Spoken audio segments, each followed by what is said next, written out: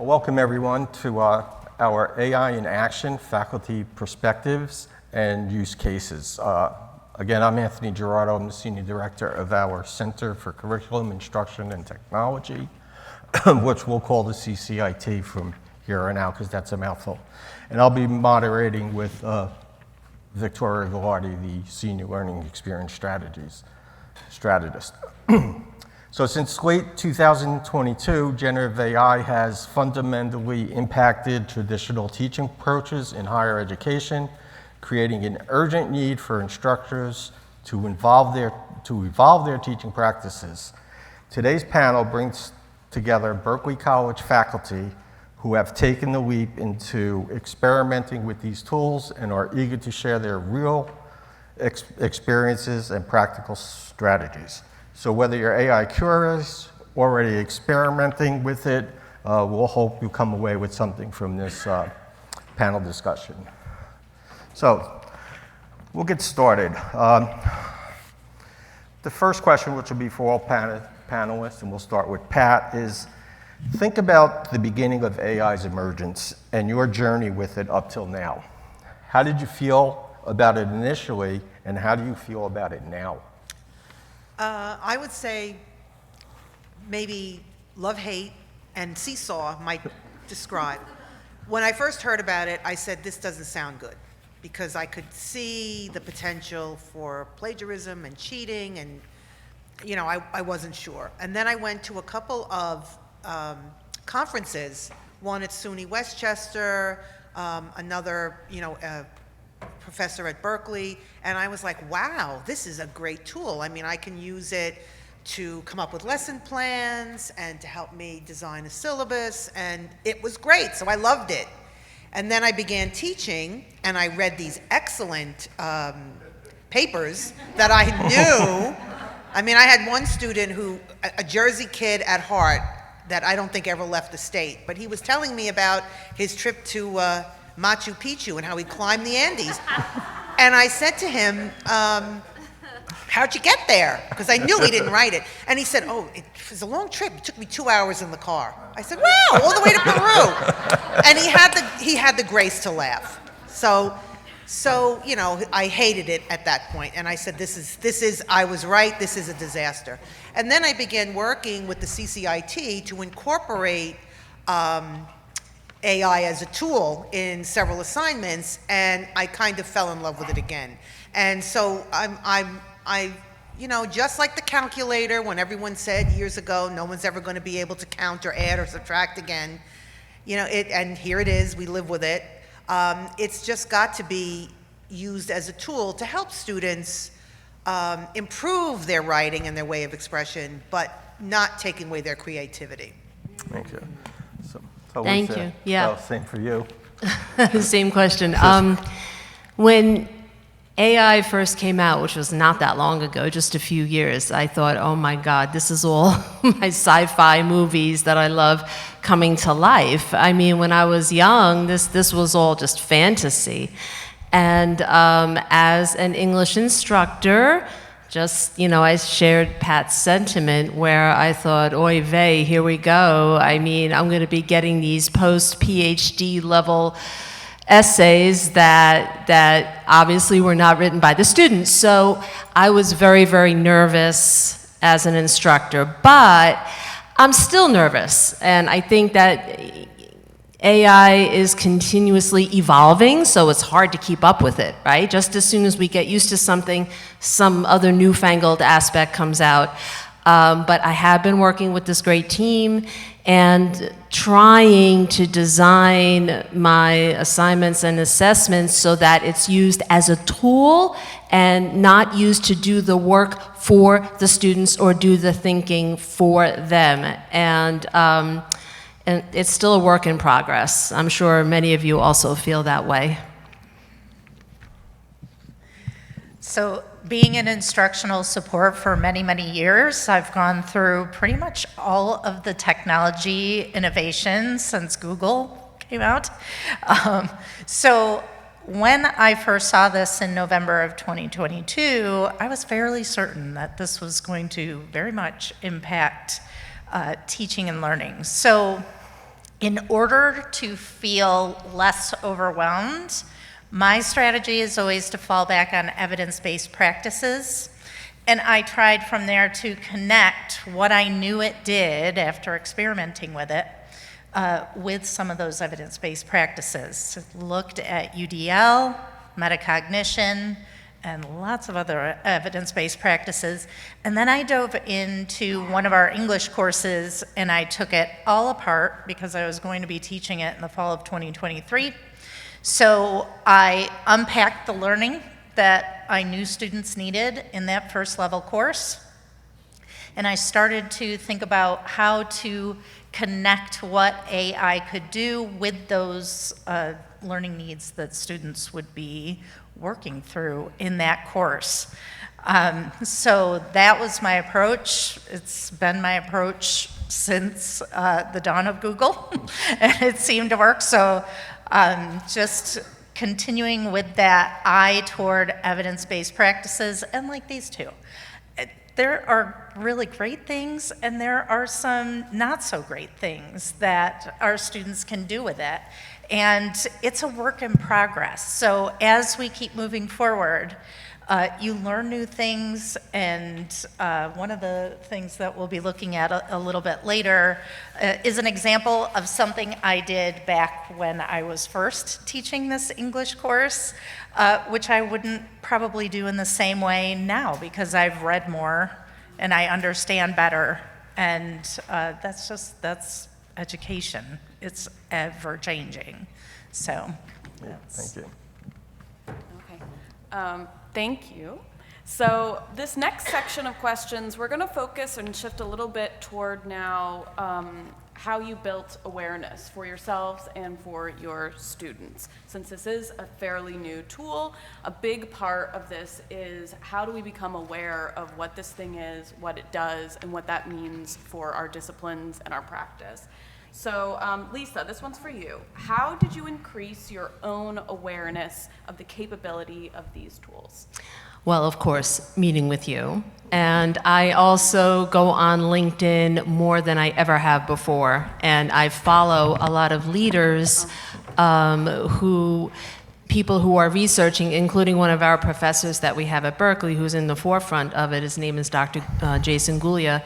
And I just learned so much from these people, and that's how my awareness basically has increased. And also by stepping out of my own comfort zone, because we're all kind of stuck in our little bubbles, and it's scary trying all these new things. It's scary trying anything new, especially when you have a bunch of students that you're trying to guide and teach, and you want to be seen as the person who, is the expert, but I'm learning right along with them. So I try to keep a growth mindset in mind instead of a fixed mindset.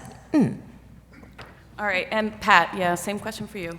Yeah, I mean, as I stated previously, I went to a couple of conferences, so I was introduced to it, and some of the amazing things, like one of the things that really blew my mind was the moderator showed us how he could give a speech, record a speech in English, and it could be translated into German, but his mouth would move as if he were actually speaking in German. It blew me away. And then I began to play around. I signed up for ChatGPT on my own. I worked with it, to do things like give me suggestions for a lesson on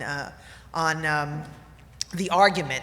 What would be a good film? How could I show 12 Angry Men and generate a discussion? And then I think finally also working with the CCIT and creating assignments for students to show how it can be used as a tool, and then getting student feedback. And I have to say, they really appreciated working with the ChatGPT. So I think, in those increments, I increased my own knowledge and hopefully knowledge, of how to use it for my students. Yes. All right, Cheryl, and this question is for you. How did you bring awareness to your students with ethical considerations in mind? Ethical considerations in mind. Yes, that is the question. The thing that I came up with is I wanted them to use it transparently. I knew that I just assumed that they were going to be using it. I didn't want to ban it because banning it only sends the use underground. And then I don't have a chance to interact and have conversations with students about their use of these tools, which I think is really integral to my growth because they're using it in ways that I probably wouldn't have thought of on my own. And to be able to give them feedback on their use, if they're sharing their chat logs with me, and I suspect that they're overusing AI in their writing, that gives me a chance to talk about their use of AI. The other thing that I did in my conversations with students is I talked to them a lot about the power of their own voice and developing their self-expression, because that seemed to be something that was important to the students. And I made my assignments more brief. I don't need 10 pages if 1 page will do. So that was one thing. The other thing that I asked for them in the transparency is to reflect on their writing. So with those shorter writing assignments, they told me about how AI helped, whether or not they used AI, and that kind of thing. So that sort of helped me too, to reflect on their writing and give them the feedback that they needed to continue to grow. And so Cheryl, this is an example from your writing class, correct? Yeah. Yeah. So I did, for my persuasive writing, I probably wouldn't do this the same way as I did. This is something that I did in fall of 2023.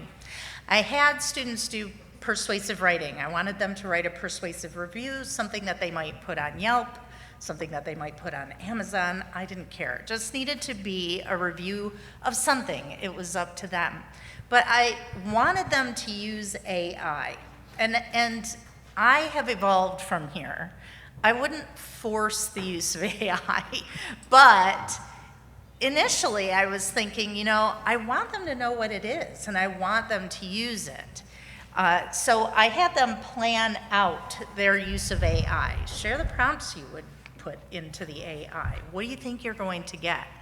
And this sort of strategy from the fall of 2023 has evolved into something that I call predict, prompt, and ponder.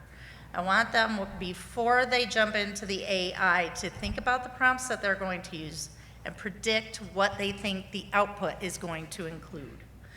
And then to prompt it, and then to ponder and reflect on the output. Did it meet your expectations? Was there anything that surprised you, kind of thing? So that is what that example is. Great. Okay. Okay, so now we're going to move on to some additional use cases that the panel has done in their courses, and then we're going to show you some examples on that. So we're going to start with Lisa's. So what are some ways you've used it as a tool for designing instruction, if you want to talk about your example? Yeah, sure. Let me scooch over here so I Sure. can see. Oh, yes. This is our new course that we have been developing. Victoria and I have been working on developing together. And in it, I have something. Can you click on it? I want to show. It's called Comparing Narrative Voices. Now, I know it might be hard for you to see, but we did a little preamble to this about what constitutes good storytelling and yada, yada, yada. Okay, so what I did was I created my own little story about something that I had gone through, and then I had AI create. I prompted it very specifically and had AI create something. Now, I'm not going to read the whole story to you, but I want you to guess which one you think was written by this noggin here, and which one do you think was written by a bot, okay? So the first one on the left, the title is Predator versus Prey. Follow me. The tech and I walk down a harshly lit corridor and stop in front of what appears to be the door to a vault. Leaning against it, the tech tilts down the door handle and pushes her body weight against it. Slowly, it swings inward for what seems like an eternity. What on earth, I think? Why can't we see inside yet? How thick is this door? Now, the next one. The invisible battle. I wake up before my alarm, my heart already racing. Today's the day. I have known it was coming, dreaded it, and now it's here. I force myself out of bed, my movements mechanical as I go through my morning routine. The subway ride to the hospital feels surreal. The world continues as normal while my world has been turned upside down. Okay, so who thinks, well, let me just put it this way. Who thinks Predator versus Prey was written by a bot? Raise your hand. Okay, a few of you. Okay, and then I guess the rest of you, I just want to see a show of hands, thinks it was written by yours truly.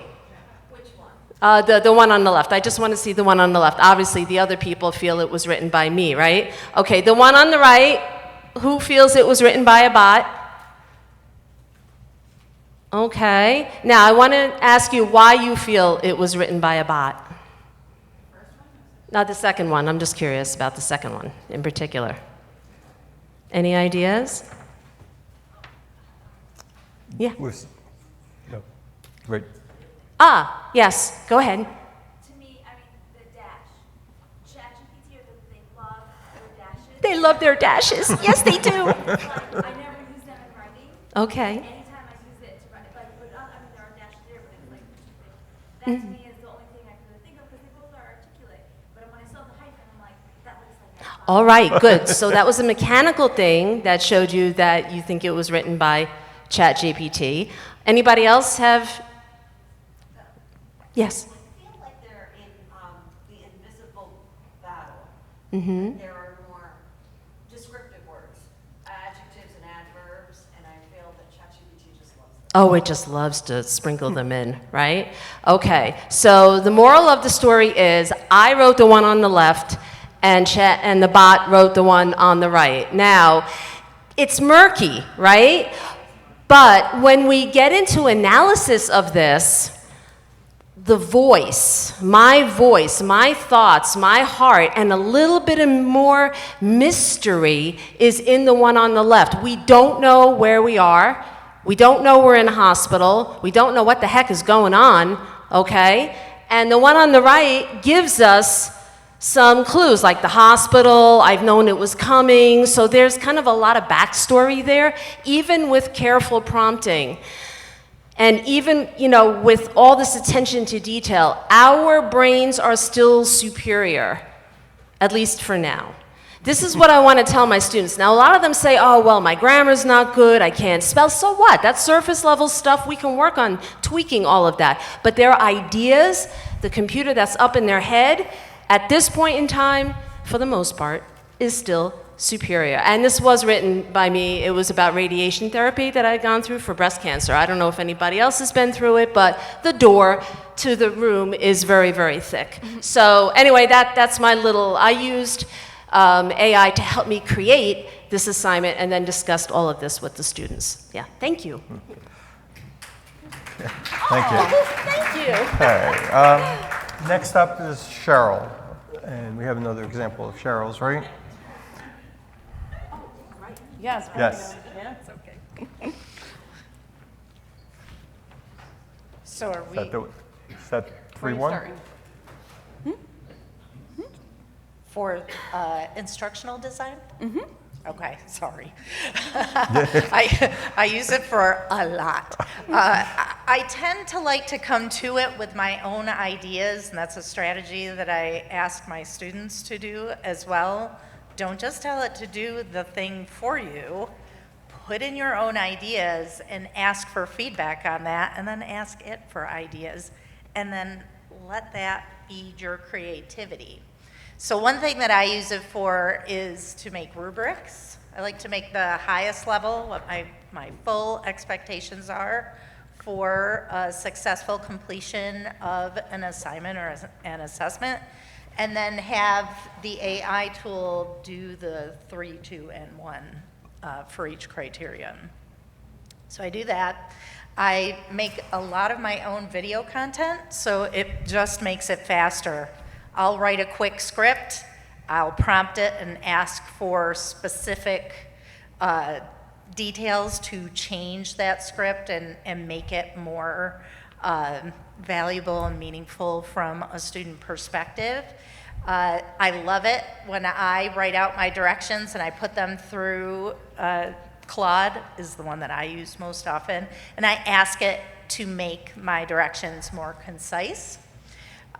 So that's another one. I make handouts with it. I've actually made a handout, there's one on the Padlet, for writing topics, where it gives them example topics and debatable questions for their argumentative writing. I gave it to them from the ChatGPT link because I wanted them to see how I was prompting ChatGPT as an example for a use case. The other things I use it for are HTML layouts for Canvas to make them a little bit more fun and organized and easy to read for accessibility. And the other thing that I like to do with instructional design is to have the AI act as a student who may struggle and to give me feedback on my directions, so that can help with universal design for learning, like proactively trying to help students who may struggle in the learning process, and to plug in things into my directions and resources that might be helpful. That's awesome. Thank you. Great. Okay. Next on to Pat with a slightly different question. What are some ways you've used it with students or have encouraged students to use that themselves? The first assignment that I used with students was something that I worked on with the CCIT. I assign a descriptive essay for my freshman composition class, and we take a little trip either to Grand Central if the class is in New York City, or if I'm teaching in Jersey on the Woodland Park campus, there's a cemetery nearby, and we have observations, we look at it, and I have them, kind of write an essay connected to a bigger theme, but I want them to understand tone and how to create a tone. So if we're at the cemetery, is it a scary story? I usually take them in the fall around Halloween. Or is there some other tone that you're going for? At Grand Central, what are you trying to explain? So we used ChatGPT. I had them write their essays out first, what they saw, their experiences, and then we put it through ChatGPT and asked the bot, can you suggest stronger verbs or maybe consider connotation to create a certain mood?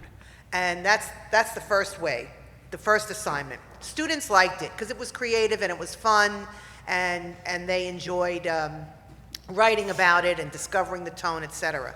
The second time was I had them also with an assignment that we worked on together at the CCIT. I had them try to find different keywords. This was for a different type of assignment. It was for a research essay. So they had to find research on their topic at the Berkeley Library. But sometimes, when you're looking, you're putting a prompt in, you don't always find enough articles, or it's difficult. So I had the ChatGPT, after they inserted their topics, give them a list of different keywords, just to see if it would be helpful. And again, it was helpful, students liked it. The other thing I suggested they do, and I don't know, it might be a bit controversial, but I have had success with it. I insist that they write their first draft themselves under my supervision in class. And I tell them, what is based on my comments, because I make extensive comments, put the essay then for the second draft into the ChatGPT and tell them, I have a lot of fragments, can you help me, can you point them out? Or it's repetitive, you know, what can you help me with, each individual student. And I have found that it has been very helpful. And it kind of goes along with the whole philosophy of using it as a tool, not a crutch. And I also say to students, if you write the first essay using the bot, you might fool me, you might fool a lot of other professors, sometimes it can't be proven, but if I'm giving you 2 or 3 drafts, where are you going to go after that first draft? So I tell them I'm very generous, and I know it's always, you know, the, what is it, the rod and the carrot. I'm telling them I'm very generous with the first draft, really generous, very good grade, but I'm brutal with the second draft. If A, you haven't made any substantial changes, and B, you know, you haven't listened to my individual comments. So I find that students have taken the carrot, and they, you know, most of them, of course there's always going to be some that will argue with you until, you know, you begin to doubt your sanity. I swear I wrote it myself, even though, you know, I don't have that, I can't tell you what the words mean, but I knew it at the time, right? So, but I found it to be helpful to do it that way. Just to follow up to that, Pat, based on what you've done, why do you think this is an ethical and strategic use of the tools? You know, the ethical part of it, I think it, first of all, if it is their voice or their original product, I don't think it's unethical to have, you know, the bot or the whatever program you're going to use to help them to improve it.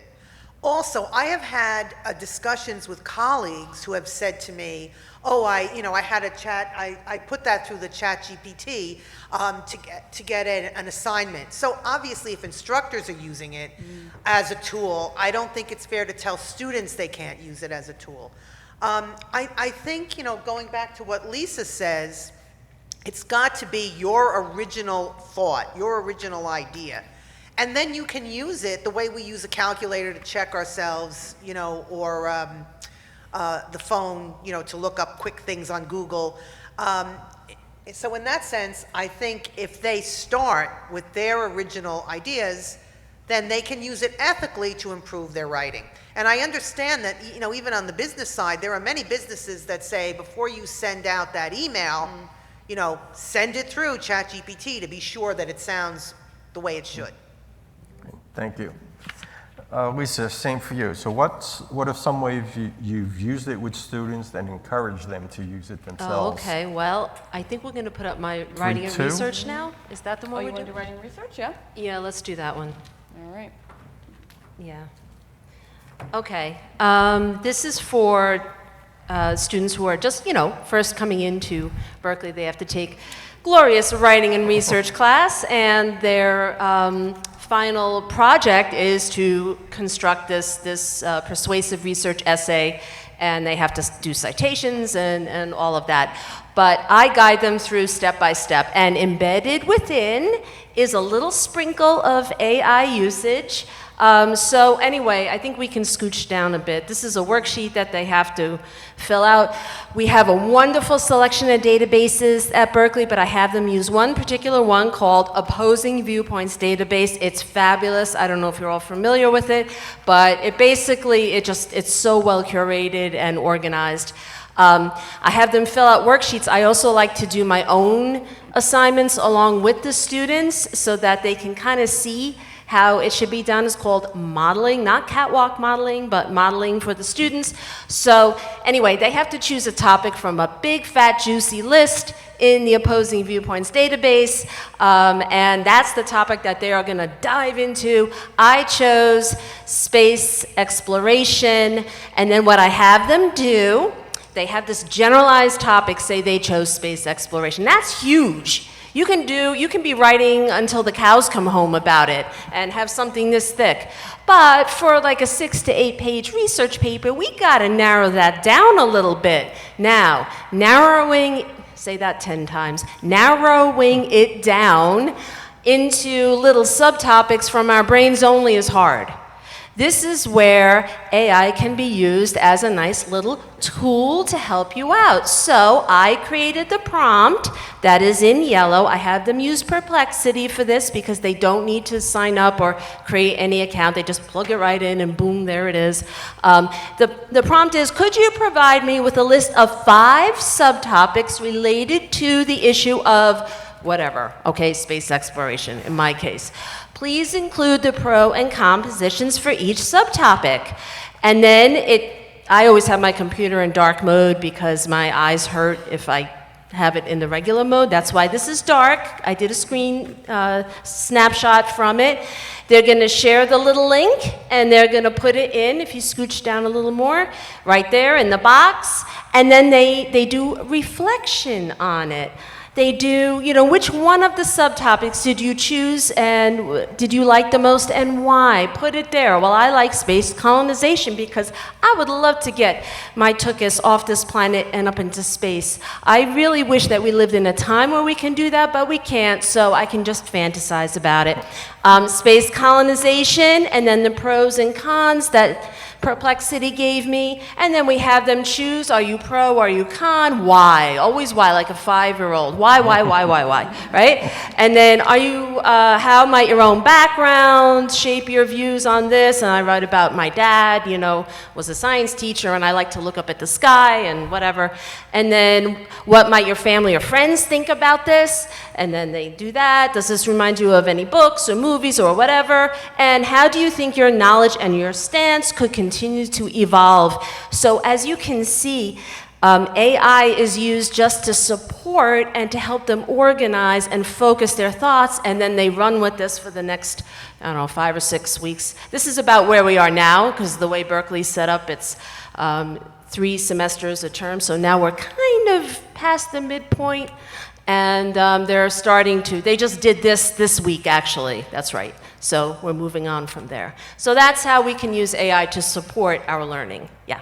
And then just to follow up on Lisa, what do you think its ethical and strategical use of? Oh boy, I can talk for 6 hours about this one, but like Pat had said, and even Cheryl was alluding to, as long as they do this, the work, at least at this point, from their brains, and use AI to just supplement what they're doing and help them organize it, it's okay.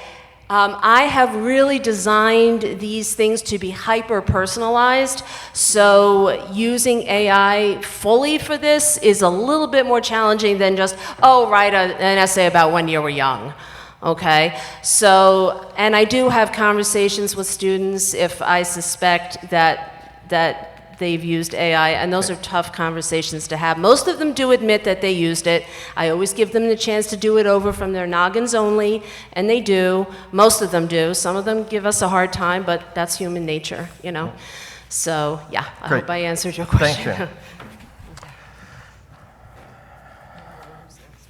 you. Okay, and Cheryl, last on that question. So what are some of the ways you've used it with students or have encouraged them to use it?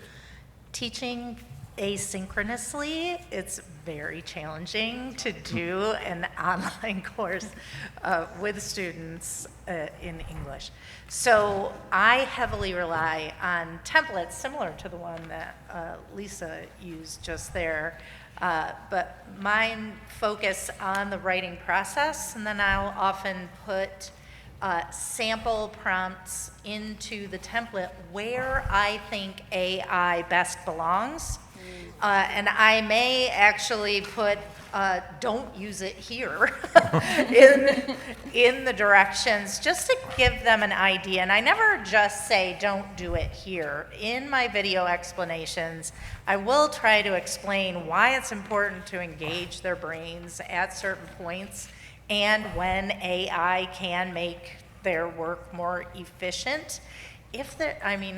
First year students are learning an awful lot, or at least relearning the things that they learned in high school. And some students who come through really need a lot of support in the writing process.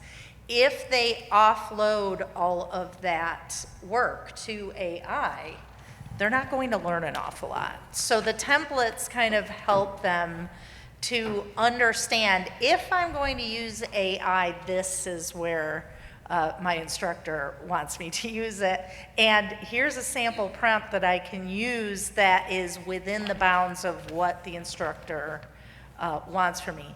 That's what I want for my students. I want to be explicitly clear on how I want them to use it and when I want them to avoid it, because I'm trying to help them to gain the metacognitive skills that they need to have that willpower to understand when they need to be their authentic selves, expressing their ideas, and when AI can be a collaborative partner in that process.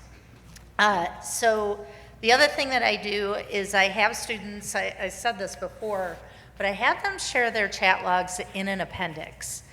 Back in the fall of 2023, I did not do that. I had suggested to those students to cite it as a source, and I have come out full force against doing that.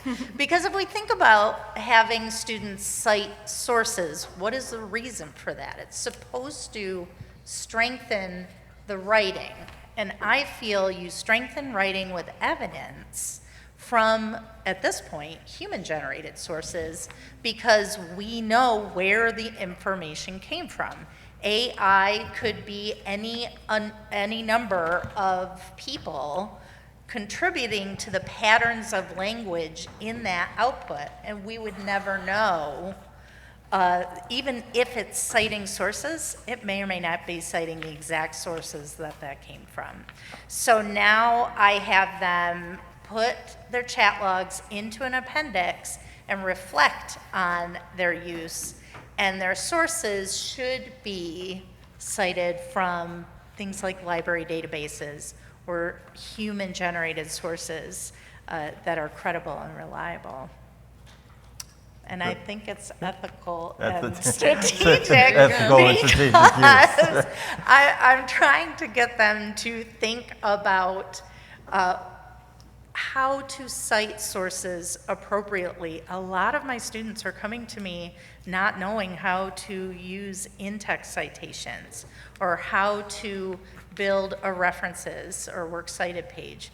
So we work a lot on that, and teaching them how to ethically and transparently use AI in that writing process, I believe, is going to help them when they are creating writing for different purposes, academically, professionally, personally. I think all of that goes a long way to helping with that, and being very specific about why I don't want you to cite it as a source. It isn't a source. It is made up of multiple sources, and we don't know how those language patterns came together quite.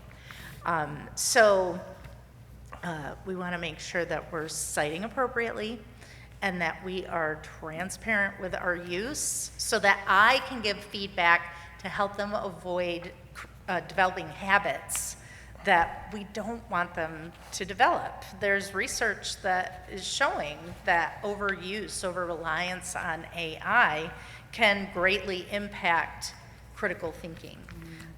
So that's another thing that it concerns me with all of Great. Thank you.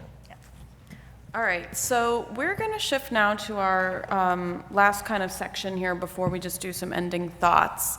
So we're going to talk a little bit now about developing mutual trust with students. Pat, this question's going to be for you. So what kinds of conversations have you had with individual students about AI usage? As Lisa said, you can usually tell. And I've had conversations. Most of the students that like my Machu Picchu student, but some of them are not even that obvious. Most of the time when I talk to students about my suspicions, they do admit. And most of the time, the reason that they use AI is because of time management. They just don't leave enough time. They don't, so generally I say to them, look, I understand.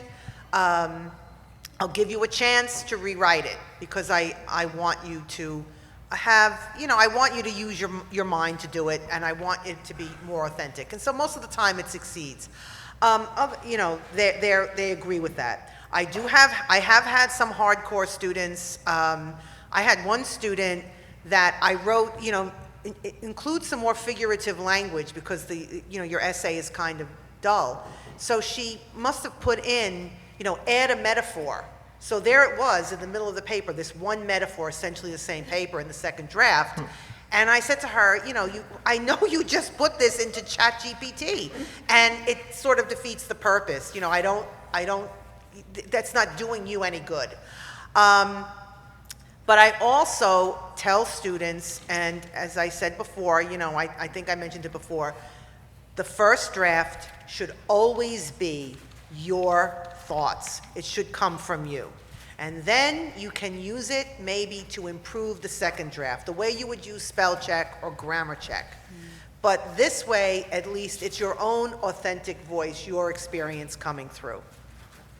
Great. All right. And Cheryl, how do you communicate your expectations for AI use to students?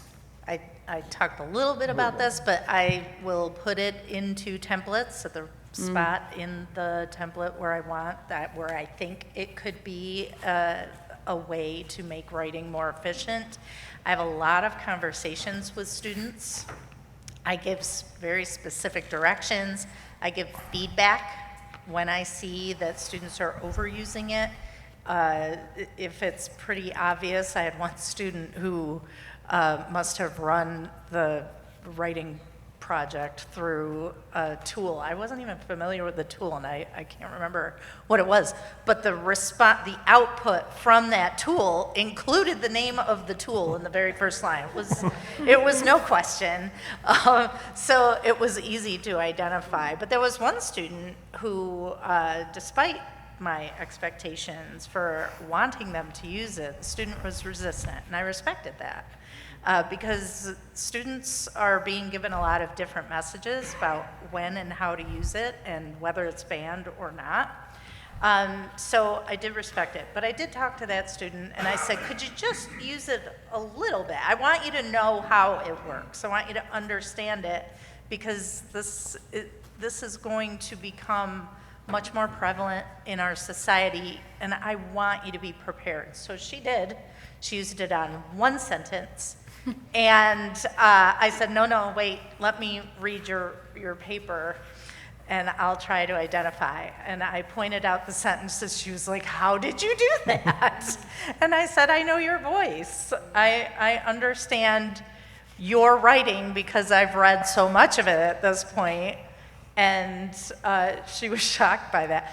But it is interesting how after reading so many students' work, and it might just be the elementary teacher in my heart that I was at the beginning of my career, but it's important to me to know my students, and it's important to me to share expectations very clearly and to give guidance and examples and sample prompts and to explain where it can be useful and helpful, and to explain when it's not. And I think that is the biggest takeaway for me. My students did comment quite frequently that they appreciated the specificity in the directions and the support and revision is something in my course. Their grades are never just their grade. They can keep working on an assignment in my course. I'm glutton for punishment.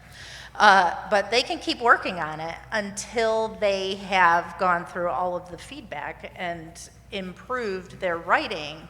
And my students have told me how much they've learned just from that, because it decreases the level of anxiety that I have to be perfect.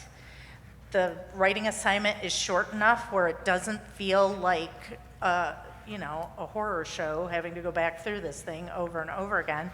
And 2 or 3 times, some of them will go back through and they'll make improvements, and they can see the improvement in their increased scores. And for some students, the number is the thing that motivates them to want to do more. But for others, they just want to know that they are building their ability to express themselves. So, so that was a good thing too. Okay. So we're going to move on to our closing thought. One question for each panelist, and just your quick thought on this. So Lisa, what do you think faculty that haven't started using AI need to get started? I think they should talk with each other and just brainstorm some ideas on, how can I sprinkle this in a little bit into my assessments, because, it is going to be a skill that students are going to need to know once they graduate. And, I think a lot of people have been doing things the same way for a long time, and change is hard, and it takes work. Can be a little scary, but if they kind of collaborate together, I think companionship helps, and there's comfort in numbers. And start small. Don't revamp your whole course, because that's overwhelming. But just start small, and then you'll see it's really not so horrible, and then you'll gain more confidence with it. That's my advice. Because that's what I did. Yeah. Great, thank you. And Pat, what would you like to work on, or are you working on for future integration of AI into your courses? Yes, I started out in the fall with an honors section of English that I was teaching, and I had assessments. We had several assignments, the descriptive writing that I described, and also the research essay. That worked well. Students liked it, so I incorporated it in the winter semester in my regular English composition courses.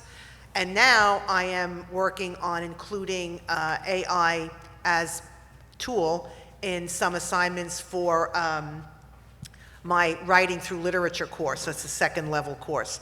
So what I'm working on right now with the CCIT, well, one of them is helping me to design they're going to select a poem that they like and do a PowerPoint on why it personally appeals to them, what they like about it. And AI is going to be part of the research process there. So and then as it works out, I'm going to try, of course, with peer review. I usually have them do peer review by trading papers. Now I'm going to have an assignment where they allow ChatGPT to be the peer reviewer, and I'll see how that works going forward. Cool. And Cheryl, if you had one piece of advice you would like to give to current students, what would that be? One piece of advice The most- would be to ask your instructor before using the tool. Some students are coming out of high school thinking that anything goes in college. I had a recent conversation with a young woman who was getting ready for college, and she was saying to her friend that, in college, my teacher told me that, you can use AI. And I was like, hold on a second. No, that's not exactly accurate. So ask your instructor, and be ready to develop your own authentic voice in college. Don't over-rely on this tool, because it can very quickly subvert or marginalize your own voice. So I think that is an important piece of it. Great. Thank you. Thanks. All right, so that's us peppering them with questions. Now you guys can pepper them with your questions. Let us know if you have any questions, if there's someone specific on the panel that you want to ask a question. Yeah. How do you see, or have already seen, the time that you're spending in the classroom with the student evolving as basically the only space you know that the AI is not a tool that they're using? You said that you have them write the first draft in the classroom. Are there any other changes or shifts that you're using that space for that dynamic? In the classroom itself? Yeah. Well, I have them give a little introductory lecture about AI and what it can do. Sometimes I will, like Lisa did, I will generate an AI, essay written by a bot, and then I will ask the students, like, pick out why is this not, what's lacking in it, or how can I usually call those kinds of essays soulless, and when I point it out to them, they can see that, we're able to spot those things. So yeah, that kind of stuff. And then other assignments, like we have a section for the library, so I'll let them go ahead and generate different keywords, and we'll talk about them, make a list. Are they useful? Was it helpful? And I just want to say that I actually had some students say to me, and this is an on-site class that meets once a week and the rest is online, that they said, oh, I don't know how to use punctuation or spell, and they want me to help them with that. And that was really encouraging. I was happy to hear that, because this means they're not going to go out and expect AI to write everything, because there are going to be times where you have to write just without the use of technology. So they want to be able to do that. I thought that was, so that's what we're going to use some classroom time for. Kind of rock it old school, so to speak. Yay. And I also learned, just to add to that too, that I have to change and tailor some things. Like I used to give them a wordy sentence exercises, 10 sentences that were really wordy. And I remember, students would have various degrees of success working on them. And the last time I did it in the fall, I got the first one and I was like, wow, this student really mastered this. Sentences are great. Then the second one, it's exactly the same thing. And I realized what they did was they just put it through ChatGPT, make it less wordy. So I learned I can't use that assignment anymore because it does no good. So I have to, I have them, work on wordiness in other ways, like editing their own paper. So you have to be flexible. Any other questions? Yes. So I want to tell you a story about what happened, and I want to see if anybody has more input. we had a professor who's teaching a non-English class, but has extensive writing in it. And so she decided that every single submission she's running through GPT-0, and if GPT-0 flags it at all, you get a 0. So obviously, if you are in her class, she got to give a lot of zeros. And it was the first week of the semester, and I'm getting angry email after angry email from these students. And so I had a conversation with someone who works with us about the GPT-0, and she's like, you're really not allowed to use it for punitive. Like, they put that in their mission statement. And a lot of the students came back to us and said, I wrote it, and Grammarly cleans it up. And so when Grammarly touches it, it's like slime. You can't get rid of it. It's there. So in your, and I didn't know what to tell the professor because I understood where she was coming from, but she's wrong and she's right. But it's very gray.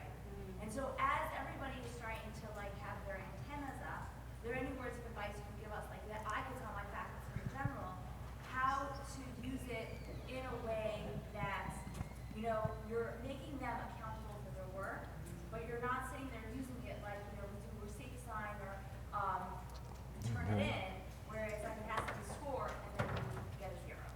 Yeah, I don't think you can use it to definitively give the 0. I had a student, and I'll turn it over to Cheryl.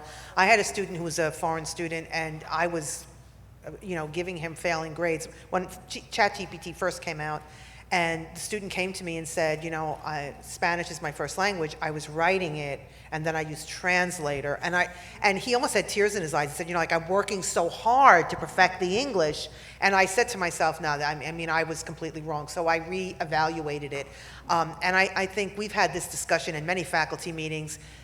It's true. It's Grammarly and things like that. The most effective way is to have a talk with the student. But it's very hard to have definitive proof. I think even SafeAssign can't determine that, right? Right.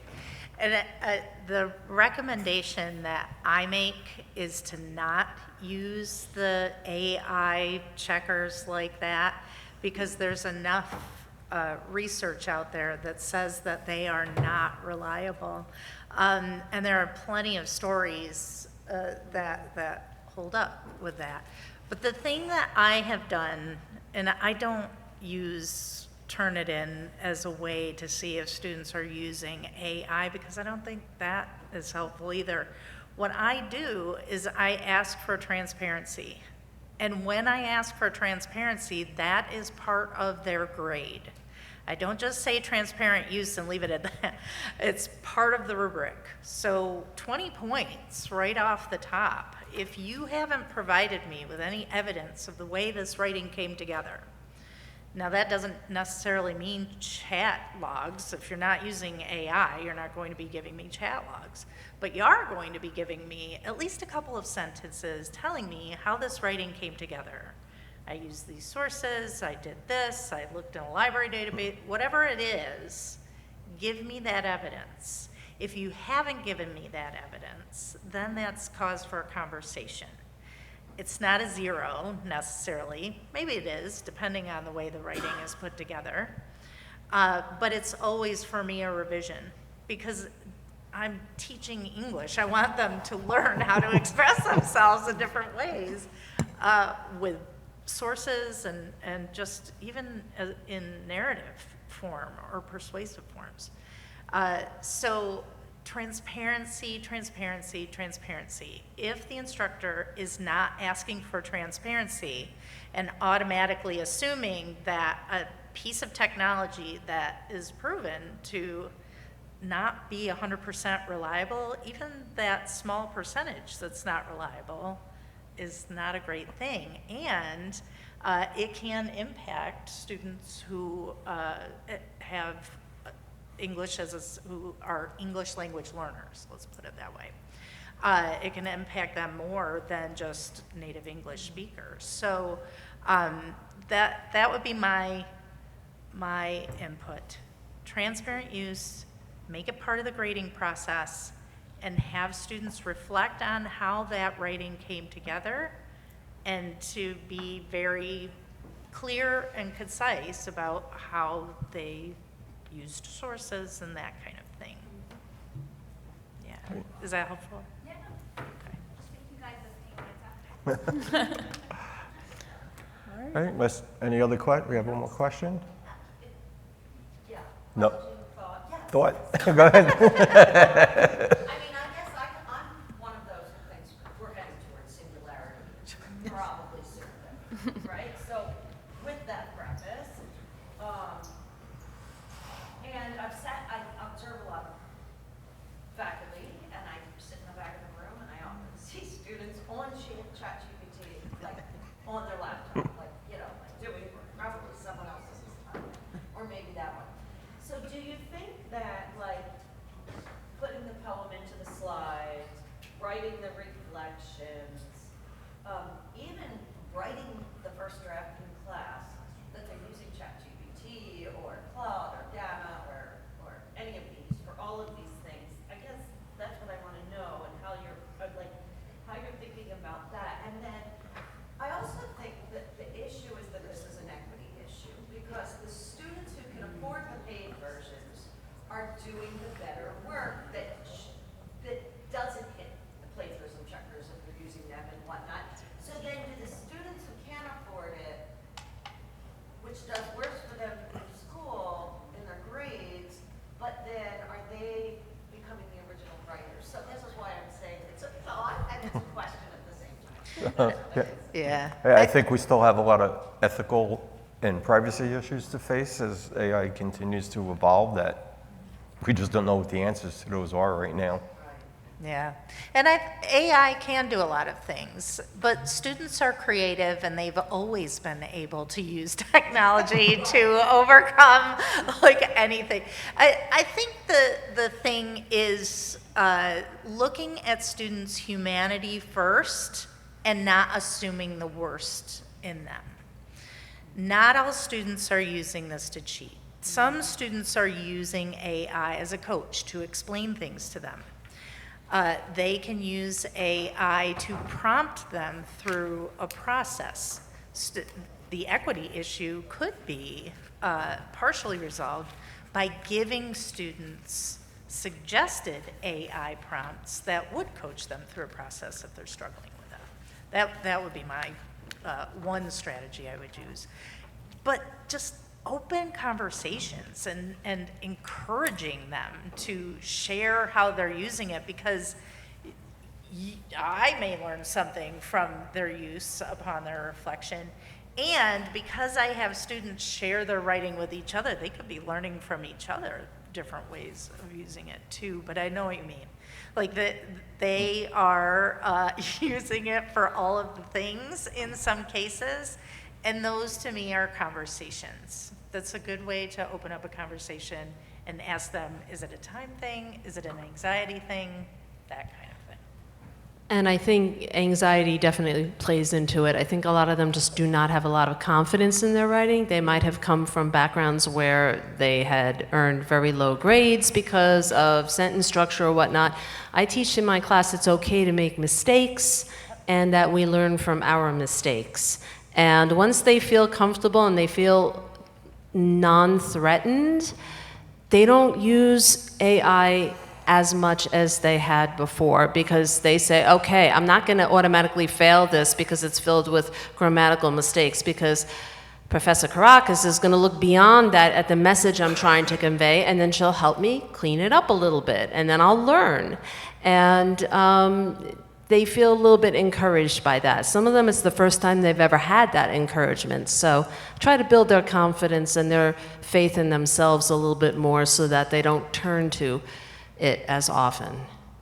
That's my hope for them.